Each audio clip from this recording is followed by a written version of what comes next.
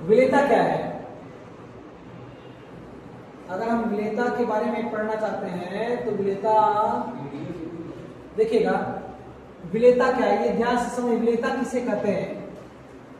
किसी पदार्थ की वह अधिकतम मात्रा जो निश्चित ताप पर 100 ग्राम विलायक में घुल जाती है, उस पदार्थ की को क्या कहते हैं हम लोग?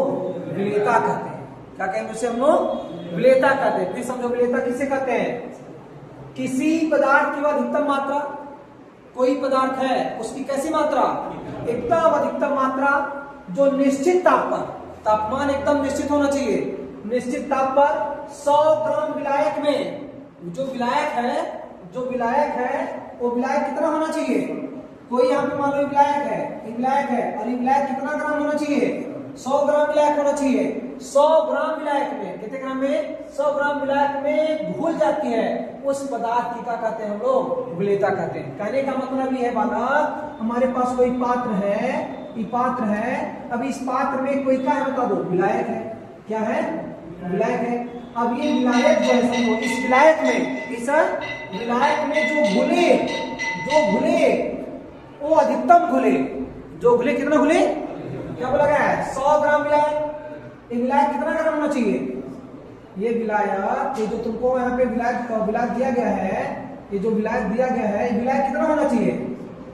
हाँ, ये कोई विलायक है, समझो, ये विलायक कितना ग्राम होना चाहिए? 100 ग्राम विलायक में जो उसको घोल रहे हैं, उसकी कैसी मात्रा होनी चाहिए? अधिकतम, उसकी मात्रा अधिकतम होनी चाहिए। उसी को क्या कहते हैं हम लोग बता दें यहाँ पे? उसी को क्या कहते हैं? विलेयता। क्या कहेंगे उसे? फिर से सुन लो, किसी पदार्थ की वह अधिकतम मात्रा, किसी पदार्थ की वह अधिकतम मात्रा जो किसमें, जो निश्चित ताप पर 100 ग्राम विलायक में घुल जाती है उस पदार्थ की क्या कहते हैं हम लोग? विलेयता कहते हैं। उसे क्या कहते हैं हम लोग? विलेयता कहते हैं। अब देखिएगा क्या बोला गया है? गैस की किसमें? द्रव में विलेयता। गैस को किसमें घोलना है?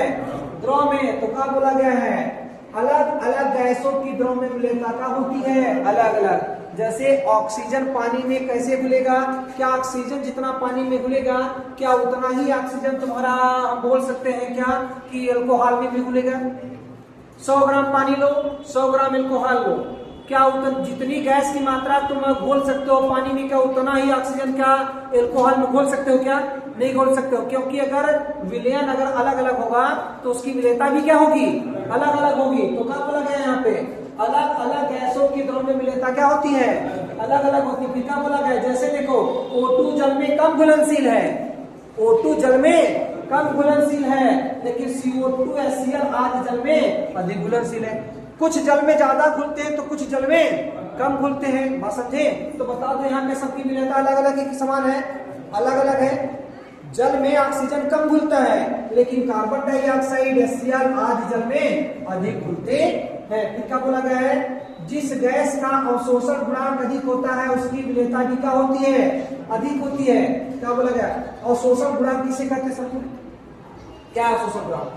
किसी विलायक के निश्चित आयतन में, कोई विलायक है उसका निश्चित आयतन 1 लीटर 2 लीटर या 3 लीटर जो भी हो, ml हो, निश्चित क्या बोला गया है? ये ना, किसी विलायक में निश्चित आयतन में घुली गैस का क्या बोल सकते हैं हम लोग? गैस का आयतन, गैस का आयतन। फिर क्या बोला गया? गैसों की द्रव में विलेयता को प्रभावित करने वाले कारक। पहले हम इसको समझ लेते फिर से। ये जो बोला गया है, जिस गैस का अवशोषण गुणांक अधिक होता है उसकी विलेयता भी क्या होती है?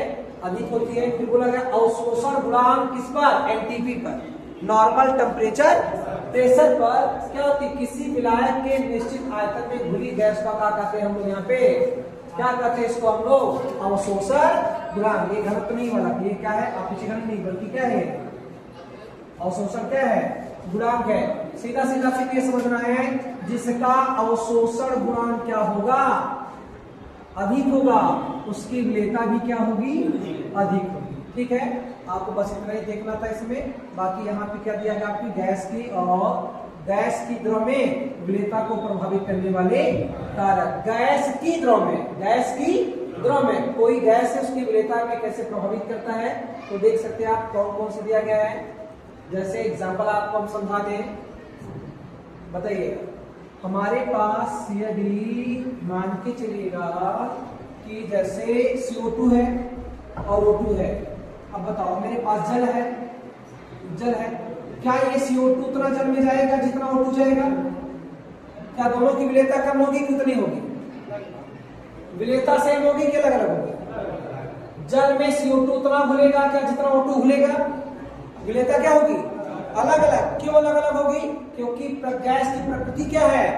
देखो क्या बोला गया, गैस की प्रकृति गैस पर निर्भर करेगा। गैस कैसा है वैसा ही घुलेगा वो। फिर क्या बोला गया, विलायक में क्रिया करने वाली विलायक की आयनिक होने वाली गैस की विलेयता क्या होती थी? जो पानी में जाने के बाद टूट जाते हैं, पानी में जाने के बाद टूट जाते हैं, वो जल में ज्यादा घुलते हैं, और जो पानी में जाने के बाद टूटते नहीं हैं वो कभी जल्दी से यानी ज्यादा से ज्यादा घुलते नहीं है। अब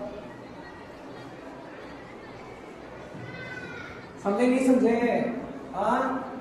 ये देख पा रहा हूं सब लास्ट है, ये जल है, इसमें अगर HCl को डालेंगे तो HCl इसमें आके क्या हो जाएगा, H प्लस Cl माइनस। जो आयन में टूटेगा वो जल में ज्यादा घुलेगा, जो आयन में नहीं टूटेगा वो जल में घुलेगा लेकिन कम घुलेगा। जैसे O2, क्या ये जल में ज्यादा घुलेगा? ये जाके टूटवे नहीं करता है, वो टूट ही रहता है, टूटता नहीं है, जिसके कारण जल में इसकी घुलनशीलता कम और HCl की घुलनशीलता ज्यादा होती है। ठीक है, बाकी नेक्स्ट